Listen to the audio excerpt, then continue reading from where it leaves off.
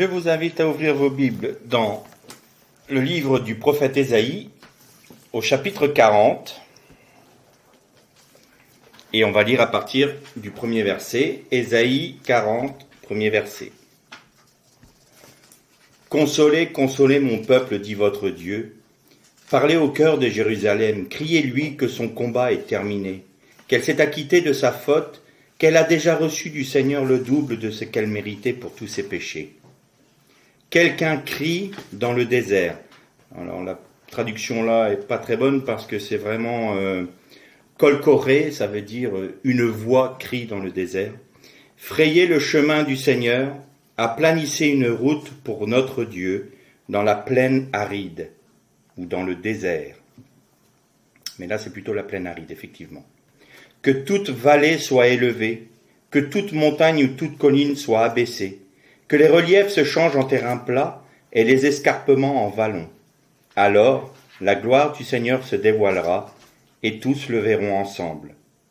C'est la bouche du Seigneur qui parle. Quelqu'un qui dit « crie ». On répond « que crierai-je » Toute chair est de l'herbe, tout son éclat est comme la fleur des champs. L'herbe se dessèche, la fleur se fane. Quand le souffle du Seigneur passe dessus, vraiment, le peuple est de l'herbe. On arrêtera là notre lecture. C'est un texte très intéressant parce qu'il se rattache directement à la venue de Jean le Baptiste. On verra ça dans la poursuite de notre étude. Alors, comme à mon accoutumée, je ne pense pas finir en une fois, parce que même si il est bien évident que je ne serai pas exhaustif sur le sujet, il faut qu'on revienne on remette des bases, on remette dans son contexte, dans le contexte, cette parole, parce qu'on va arriver à un moment où on va parler de Jean le Baptiste, de ce qu'il faisait dans le désert, et de quelle répercussion a cette parole pour nous, et que devons-nous en faire à l'heure d'aujourd'hui? Parce que on peut se dire, voilà, cette parole d'Ésaïe est accomplie, Jean le Baptiste est apparu, il est l'Élie qui devait venir, et c'est fini. Mais la première partie du passage que l'on a lu, c'est « Dis, consolez, consolez mon peuple ». Donc ça, c'est aux nations dont il est question là. Dieu parle aux nations. Consolez, consolez mon peuple. Et il dit, dites à Jérusalem qu'elle a payé de bien au-delà pour son péché. Or, quand Jean le Baptiste est venu, il a annoncé le Messie, préparé le chemin du Seigneur, mais Jérusalem a encore subi beaucoup d'assauts, à tel point que Rome l'a totalement détruite. Et tout le peuple d'Israël est allé dans la diaspora romaine, qui a été le plus grand exil qu'Israël n'ait jamais connu. Donc, on voit bien qu'il y a une répercussion pour notre temps, là, du coup. Et c'est pour ça qu'il faut qu'on remette tout ça dans son contexte, et vous allez peut-être être un peu surpris du démarrage, mais vous allez le comprendre à la fin. On revient à l'origine. Dieu créa les cieux et la terre. Il y avait l'eau, il y avait de l'eau à la surface de la terre. L'Esprit de Dieu planait à la surface des eaux, donc de l'abîme. Et qu'est-ce que fait Dieu? Il crée la lumière et il sépare les eaux d'en haut, les eaux d'en bas. Ce qui veut dire que les eaux étaient mêlées à ce moment-là. Il n'y avait pas de distinction. Or, ce qui est très intéressant, c'est de noter que l'eau n'a pas été créée. Nulle part dans la Bible, il nous est dit Dieu créa l'eau. L'eau était la surface de la terre. Quel enseignement pouvons-nous en tirer? Avant la création physique, avant la création donc des animaux, de l'homme, il y a eu la rébellion des anges. Les anges étaient dans la présence de Dieu, c'est-à-dire dans les eaux d'en haut, dans les eaux de la présence de Dieu. Il n'y avait pas de distinction. Ensuite, le Satan, Lucifer, s'est rebellé et, nous dit la Bible, un tiers des anges le suivit dans sa rébellion. Et c'est à ce moment-là que Dieu fit sortir Lucifer et les anges qui l'ont suivi de sa présence, et c'est là qu'il échafauda le plan de sa victoire sur son ennemi, donc sur le serpent ancien, sur le Satan, sur Lucifer, sur l'archange qui était au plus près du trône de Dieu pour le glorifier. Il était une des créatures les plus glorieuses qui soit. Alors Dieu a décidé de créer un monde physique, là où se ferait le combat spirituel qui prendrait une forme physique. Et donc il créa la terre. Et il y avait encore les eaux mêlées. Et là, il fit une séparation. Il sépara ce qui est de sa résidence, on va essayer de parler comme ça, comme à des hommes, bien sûr, parce que c'est tellement grand que notre vocabulaire est trop faible, mais on va dire la résidence de Dieu, les eaux d'en haut, et qu'il les sépara des eaux d'en bas où étaient précipités les anges déchus.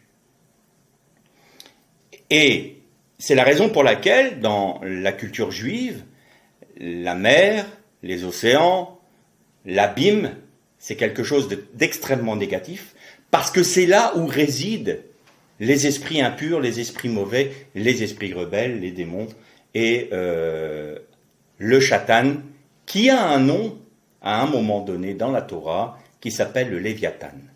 Alors en hébreu moderne, Léviathan veut dire crocodile, mais Léviathan là, c'est littéralement un reptile. Donc vous voyez que, dès l'origine, de par la rébellion des anges, Dieu fit une séparation entre les eaux d'en haut et les eaux d'en bas. Ensuite, il organisa le monde physique. Donc, il fit apparaître le sec, il fit apparaître les végétaux, il créa les animaux, et il finit en créant l'homme. Pourquoi il a voulu créer l'homme? Parce qu'il l'a créé à son image, il était autant du monde physique que du monde spirituel. Et l'objectif de Dieu, c'est de révéler l'esprit du Messie, son Messie, dans le monde physique, afin de vaincre l'ennemi dans le monde physique. Et dans nos traductions, au premier chapitre de la Genèse, on voit qu'à un moment, il est dit « Et Dieu créa les monstres marins », ou d'autres traductions qui sont encore plus bizarres, les gros cétacés. Or, ce n'est pas du tout ce qui est dit dans l'hébreu. Dans l'hébreu, il est dit « Il créa les Taninim Agdolim ». Taninim Agdolim, c'est les grands reptiles. Si on le traduit en grec, c'est dinos, sauros, dinosaure en français.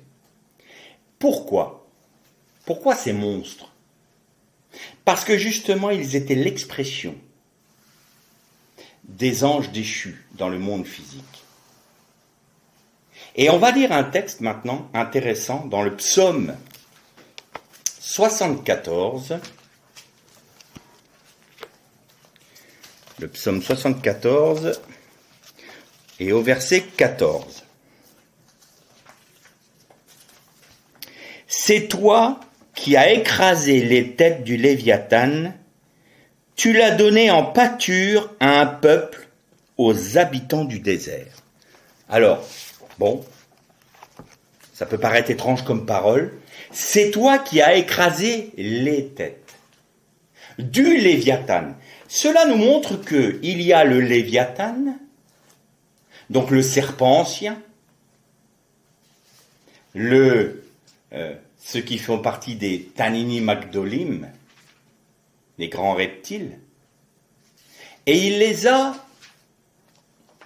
terrassés, entre guillemets, mais il ne l'a pas détruit. Il l'a simplement neutralisé. Et qu'est-ce qui nous fait penser qu'il a juste neutralisé? Parce qu'il a donné la dépouille du Léviathan, c'est-à-dire ce qui était de l'abîme, maintenant réside dans un lieu aride, dans le désert. Et vous allez voir que c'est extrêmement important pour la suite de notre étude. Parce que le désert, c'est le lieu où résident maintenant les démons, les esprits mauvais qui ont une influence sur l'humanité. On retrouve ces deux notions dans l'Apocalypse avec la bête qui monte de la mer, donc qui touche toutes les nations. La mer veut dire toucher toutes les nations, mais aussi c'est la bête qui monte de l'abîme, c'est le serpent ancien, c'est le Léviathan qui revient. Et vous avez le nom hébreu m'échappe, mais bon, la bête qui monte de la terre, le Béhémoth, que l'on trouve dans le livre de Job. Et la Béhémoth, c'est une bête terrestre. Et vous savez, quand Jésus a été dans le désert poussé par le Saint-Esprit, une fois qu'il a été baptisé par Jean le Baptiste, justement, il fut conduit dans le désert au milieu des animaux sauvages, nous dit la Bible. Et ça, c'est intéressant. Parce que dans le désert, c'est le lieu où résident la chouette, le chacal, le serpent, les scorpions. C'est là où il y a aussi des sauterelles, où il y a toutes ces armées d'animaux impurs. Et les sauterelles sont toujours synonymes d'esprits qui viennent grouiller pour inciter les hommes, pour harceler les hommes. On retrouve cela dans l'Exode, où on voit les sauterelles qui envahissent l'Égypte, puisque l'Égypte est un empire qui est issu de Babylone et qui veut asservir les hommes et qui asservissait le peuple de Dieu. Eh bien, les esprits qui l'animaient sont venus pour les harceler. C'est ce qu'on pourrait appeler des puissances. Ce sont des puissances spirituelles qui incitent les hommes à faire des choses, à créer des choses pour se satisfaire eux-mêmes, mais ce sont des choses qui vont les aliéner. C'est notre frère Jean-Marc Taubois qui prenait un exemple assez intéressant. Il disait, vous savez, les hommes, ils ont créé la voiture pourquoi?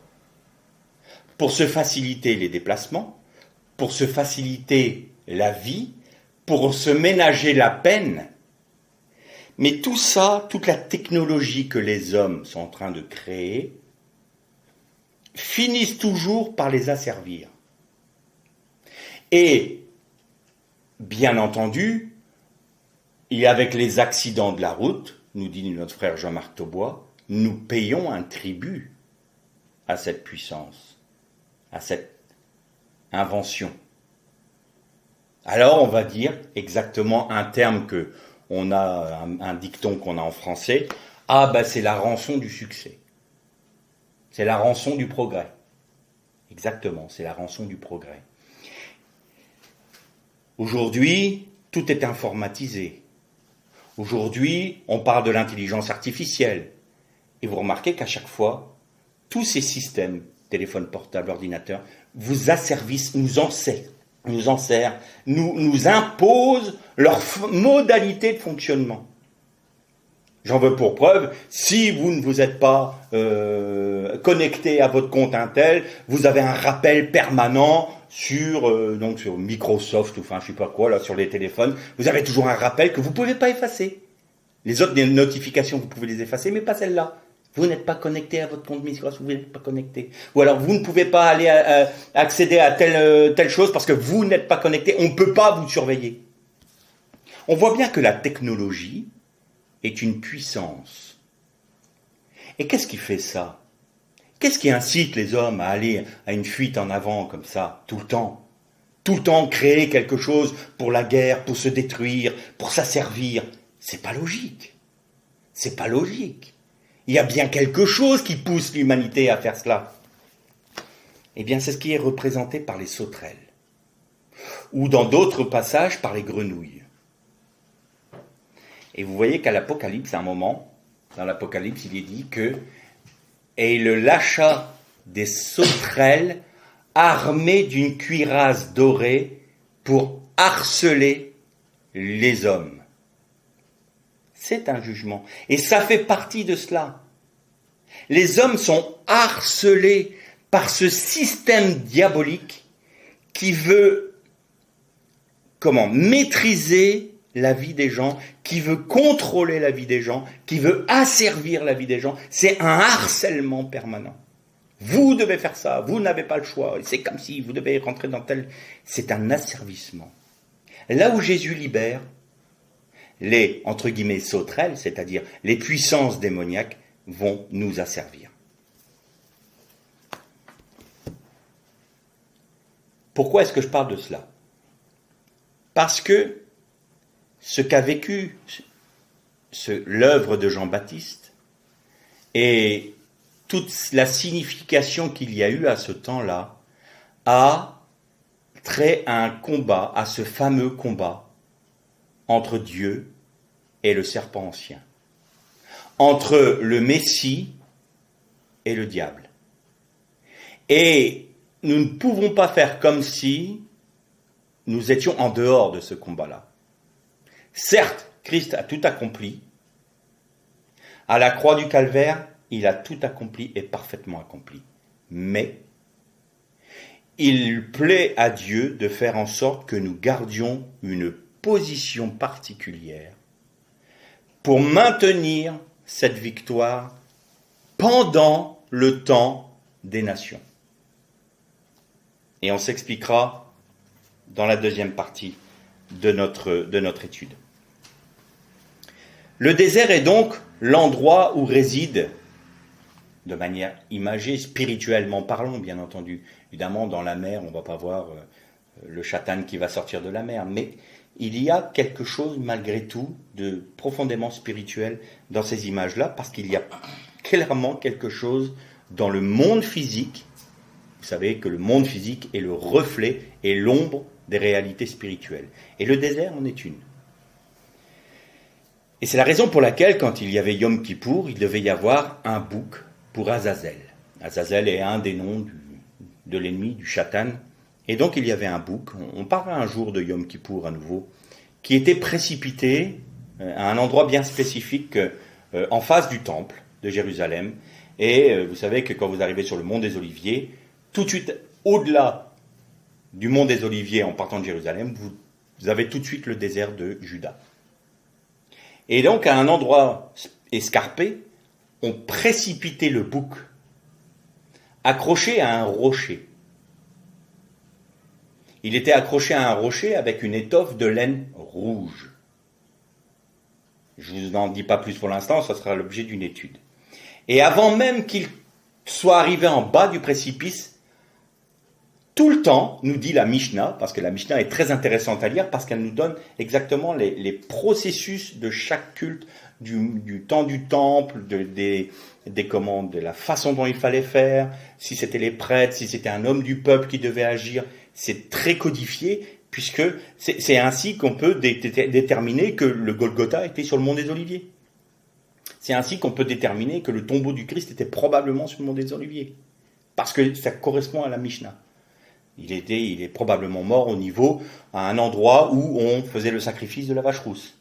Et donc, nous dit la Mishnah, avant même que le bouc n'arrive en bas de l'escarpement, il était déjà brisé par le rocher qui était attaché à lui. Et ça a une signification dont on parlera, c'est-à-dire que les œuvres de l'ennemi sont brisées, sont détruites, sont broyées. C'est ce qui a fait Jésus à la croix. Mais donc, il y avait un bouc qui était pour Azazel, dans le désert.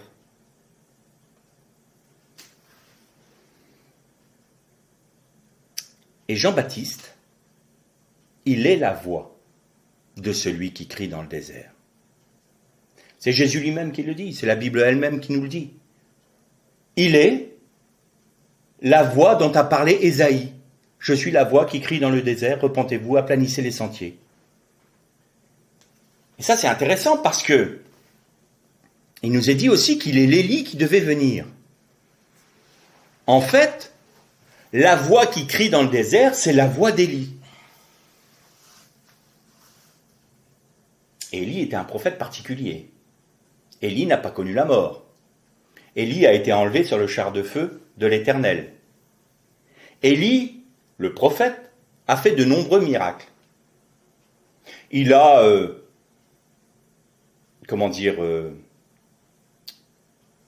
fait le miracle de l'huile qui continue à être dans la cruche de la veuve de Sarepta.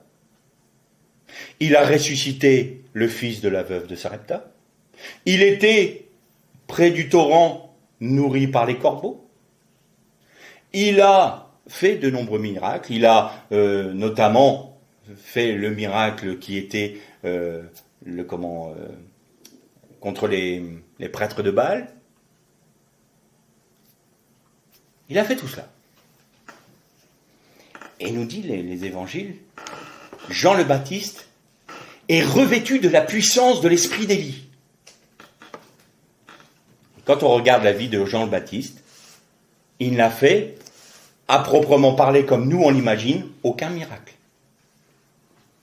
Il était une voix qui criait dans le désert, et il était revêtu, entre guillemets, des vêtements d'Élie. Et là, ça va être intéressant, parce qu'on va savoir, on va regarder un peu comment était vêtu le prophète Élie. On va pas lire le passage, mais dans le deuxième livre des rois, au chapitre 1, au verset 8, vous verrez qu'il y a un moment, le roi d'Israël fait demander le prophète pour le faire venir. Et il dit, qui est cet homme-là ? Ah, c'est Élie le Tishbite, il est revêtu d'un manteau de poil et d'une ceinture de cuir. C'est bien Élie. Donc, c'est quand même étonnant que la Bible nous dit, c'est Élie parce qu'il est revêtu d'un manteau de fourrure et d'une ceinture de cuir. Le manteau de fourrure se dit Séa en hébreu, qui vient de la racine Sahar. Et ça veut dire prendre d'assaut, frissonner, balayer, mais dans le sens Dieu balaye l'ennemi. Ça veut dire aussi se hérisser avec horreur. C'est assez étonnant. Voilà ce que veut dire le manteau d'Élie. Il est un objet d'effroi pour ses ennemis. Et d'ailleurs, quand tu troubles Israël, on frissonne d'horreur en voyant Élie parce qu'on peut faire le péché. Et puis... Ou alors, il prend d'assaut pour l'Éternel. Là, on voit les prophètes de Baal qui sont détruits quand il y a le fameux autel qui est remis en place. On avait fait une étude là-dessus et qu'il dit verser des cruches d'eau. Il a fait des rigoles autour et le feu de l'Éternel est tombé sur le sacrifice. Et il a consumé le sacrifice, le bois, l'autel et il a absorbé toute l'eau. C'était un feu que l'homme ne connaît pas, feu de Dieu. Et tous les prophètes de Baal ont été mis à mort par Élie. Ça, c'était le prophète Élie.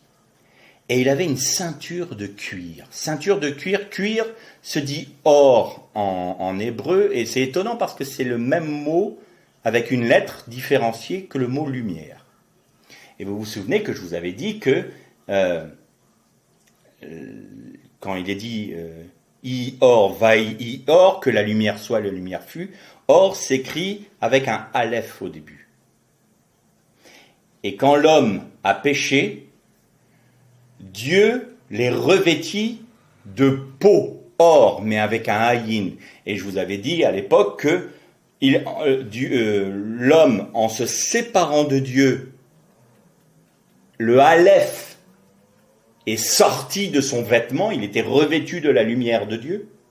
Et donc le aleph s'est retiré et c'est un ayin qui est venu. Et ayin, c'est un œil en hébreu. Ayin, c'est l'œil. Et donc maintenant, la marche pour l'homme, c'est de chercher Dieu. afin de trouver sa pensée. Parce qu'au moment où il avait la connaissance de Dieu, ça ne l'a pas empêché de se rebeller contre Dieu. Donc maintenant, mon juste vivra par sa foi. Tu dois me chercher. Nous devons chercher l'Éternel dans sa parole pour le découvrir. Il faut faire, nous maintenant, un acte vers Dieu, envers Dieu, pour montrer que nous voulons le connaître, que nous voulons l'aimer, que nous voulons comprendre qui il est, et non pas ce qu'on imagine qu'il soit. Et donc le manteau d'Élie nous parle de toutes ces réalités-là. Il est l'esprit des prophètes, Élie. Il est un objet d'effroi pour ses ennemis. Il est celui qui prend d'assaut. Il est celui qui balaye comme Dieu balaye ses ennemis. Et il est revêtu, il est saint de l'humanité. Or, il est saint de l'humanité. Nous retrouvons pleinement la pensée du Messie à travers Élie. Et c'est très intéressant parce que le Messie, il est venu faire quoi? Il est venu accomplir la loi et les prophètes. Il est venu donc accomplir Moshe et Élie. Et qui était sur le mont de la transfiguration avec Jésus? Moshe et Élie. Qui étaient réunis dans le Messie.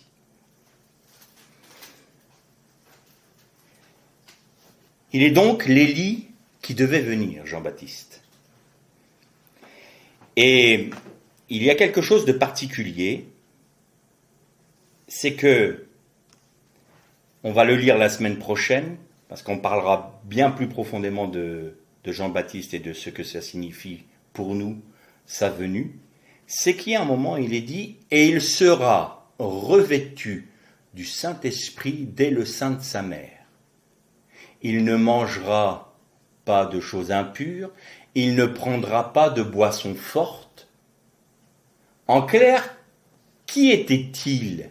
Qu'était-il dès le sein de sa mère? Il était nazir. C'était un naziréen. Ce qui veut dire, vous savez que les nazirs, on en a déjà aussi parlé avec Shimshon, du temps des juges, celui qui se consacrait à l'Éternel était nazir. Donc, il ne se rasait pas la tête, il ne consommait pas d'alcool, il ne mangeait pas d'aliments impurs, il ne touchait pas de cadavres, il était consacré totalement à Dieu. C'est-à-dire qu'il rejetait même ses besoins légitimes, il les mettait de côté pour se consacrer pleinement à Dieu. Alors il y avait les nazirs pour 1 an, les nazirs pour quelques semaines, il y avait les nazirs qui avaient décidé de l'être à vie, c'était un vœu, le vœu de naziréat. Et donc les juges faisaient des vœux de naziréat. Pour Shimshon, par exemple, c'était à vie. Et c'est très étonnant, enfin du moins pas étonnant évidemment, mais ce qui est très frappant, c'est que Jean le Baptiste, dès le sein de sa mère, était revêtu du Saint-Esprit. Alors nous, on regarde ça, on se dit, bon, il est revêtu du Saint-Esprit, d'accord, rien de bien exceptionnel, les prophètes l'étaient, oui. Mais depuis le dernier prophète en Israël jusqu'à la naissance de Jésus, c'est passé 400 ans sans qu'il y ait un seul prophète en Israël. 400 ans. Si vous faites le calcul, on revient à nous aujourd'hui, c'était du temps de Louis XIV. Depuis Louis XIV, il n'y a rien eu comme prophète. Donc vous imaginez, tout d'un coup, un homme est revêtu du Saint-Esprit tel un prophète en Israël, après 400 ans où l'Esprit de Dieu s'est retiré et où les hommes devaient chercher dans la Torah pour comprendre quelle était la pensée de Dieu, ce qui a fait naître justement le rabbinat, parce que les rabbins étaient là pour se plonger les regards dans la Torah de manière à déterminer quelle était la pensée de Dieu, parce qu'avant, eh bien, le roi d'Israël ou tel homme allait voir le prophète et disait, voilà, je tiens à faire ça, que dit l'Éternel? Et il avait la réponse, oracle de l'Éternel te dit, va ou ne va pas, enfin. Il avait la réponse tout de suite. Tandis que là, pour la conduite d'Israël, il fallait qu'on fouille dans la Torah et qu'on détermine ce qu'était la pensée de Dieu de ce qu'elle n'était pas. Et c'est là où c'est frappant. Non seulement il est revêtu de l'Esprit de Dieu, mais en plus il est nazir dès le sein de sa mère. Et ça va être très important pour nous.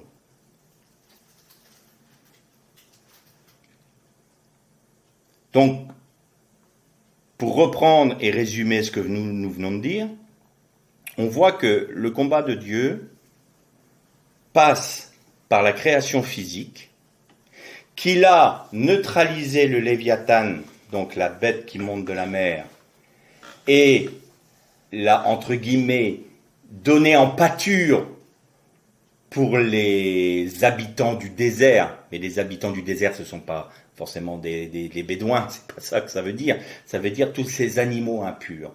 Et ça veut dire aussi toutes ces civilisations humaines qui réclament l'aide des démons pour faire leur civilisation. Et vous savez, aujourd'hui, on nous dit qu'on est très cartésien, qu'on est très anti-Dieu, que maintenant la société elle a grandi et qu'elle ne croit plus en toutes ces choses-là. Eh bien, je serais bien curieux de savoir à quel degré de connaissances occultes nos gouvernants et tout ce grand monde de la finance et de tous ceux qui donnent un peu le là sur cette terre, à quel degré de connaissances occultes ils sont. On laisse le peuple en disant « Ah ah ah ». Ça, c'est des balivernes, les religions, on n'y croyait pas. Mais eux, ils sont très au courant. Très au courant. Et parfois plus au courant que certains chrétiens qui vivent de manière un peu superficielle.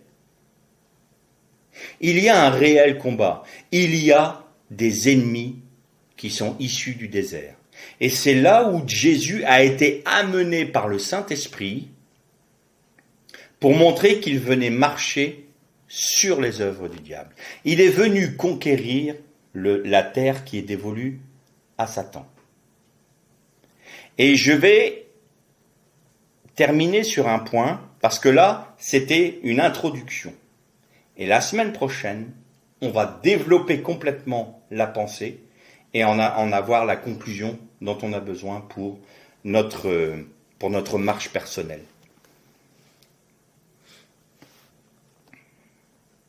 L'ennemi a donc pris possession dans le désert. Mais quel a été le jugement de Dieu sur le serpent qui avait séduit la femme ? Tu rompras sur ton ventre et tu auras pour nourriture la poussière du sol. La poussière du sol.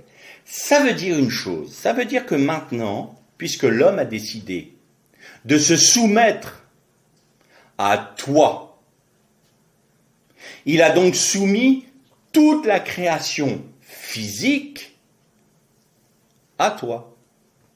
C'est pour ça que les apôtres nous disent « Et la création soupire après l'avènement du Messie pour avoir la délivrance parce qu'elle souffre à cause du choix de l'homme. » La nature elle-même souffre, la création souffre à cause du choix de l'homme.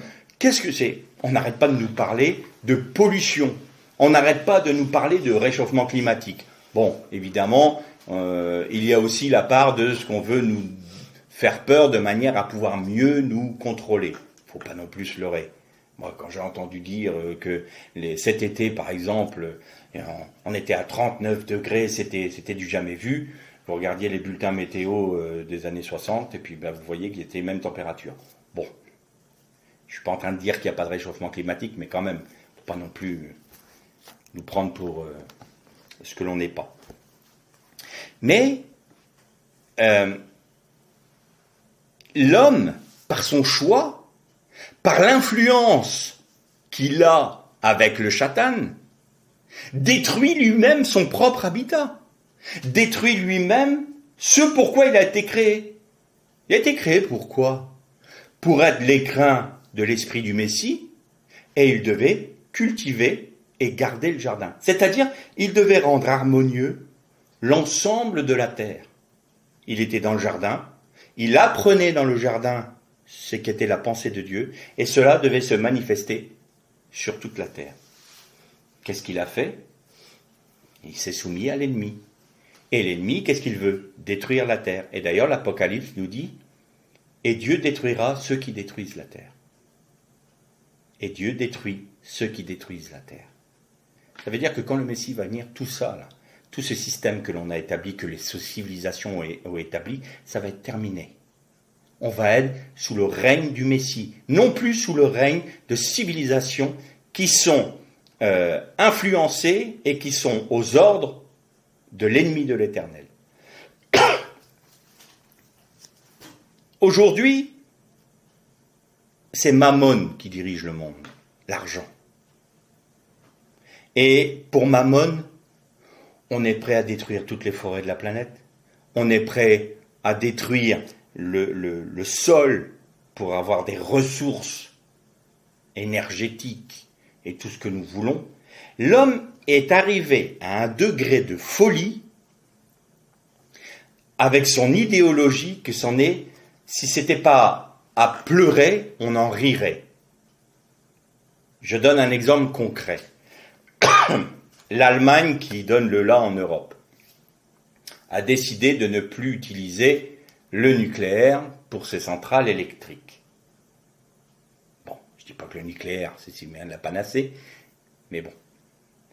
Eh bien, idéologiquement, non, pour l'écologie, nous devons arrêter le nucléaire. Ils ont arrêté le nucléaire, et qu'est-ce qu'ils ont rouvert parce qu'ils se sont mis dans une position avec la Russie où ils n'ont plus de gaz? Eh bien, on rouvre des centrales à charbon, qui sont très écologiques. Et dernièrement, j'apprenais que le gouvernement allemand, gouvernement auquel participe le Parti vert, les écologistes allemands, ont décidé de détruire des éoliennes parce qu'ils étaient sur un filon de charbon qu'il fallait exploiter pour faire marcher leurs usines à charbon. Bon, voilà. Voilà l'idéologie des hommes. Voilà où nous en sommes. Nous sommes fous. L'homme est fou. Et l'homme détruit la planète. Et Dieu dit qu'il détruira ceux qui détruisent la planète. Voilà ce que l'homme arrive à créer. Et voilà ce qu'il est animé par ces fameuses sauterelles, ces démons, ces esprits démoniaques qui viennent le titiller, l'inciter, le pousser à. On est arrivé dans une société totalement folle. On ne sait plus si on est homme ou femme, on nie même l'évidence de la biologie. On nage en pleine folie. En pleine folie. L'homme ne sait plus où est sa droite de sa gauche, mais il pense pouvoir guider le monde dans un paradis terrestre, le paradis de Nimrod. Il pense qu'on va pouvoir vivre d'une manière harmonieuse ensemble. Non, non. Non, parce qu'il s'est soumis à un ennemi qui veut détruire non seulement l'œuvre de Dieu, mais qui veut détruire la créature qui est à l'image de Dieu. Il s'est soumis à son bourreau. Et donc nous sommes dans ce combat. Et dans ce désert, parce que nous pouvons dire que notre monde est un vaste désert, parce qu'il est animé par tous les esprits impurs qu'il peut y avoir sur cette triste planète, eh bien dans ce désert il y a une voix. Il y a une voix qui crie. Aplanissez le sentier. Préparez le chemin au Seigneur. Que les collines s'abaissent, que les vallées se relèvent, que le terrain soit plat, afin que le règne du Messie vienne. Alors certes, cette parole a été en grande partie accomplie il y a 2000 ans. C'est ce que nous allons voir la prochaine fois. Mais son accomplissement reste à trouver sa signification pleine et entière à l'avenir. Et c'est ça que nous allons voir ensemble. Alors, retenez toute cette base que l'on vient d'établir ensemble, et la semaine prochaine, on développe le comment du pourquoi et la finalité. Garde les shalom.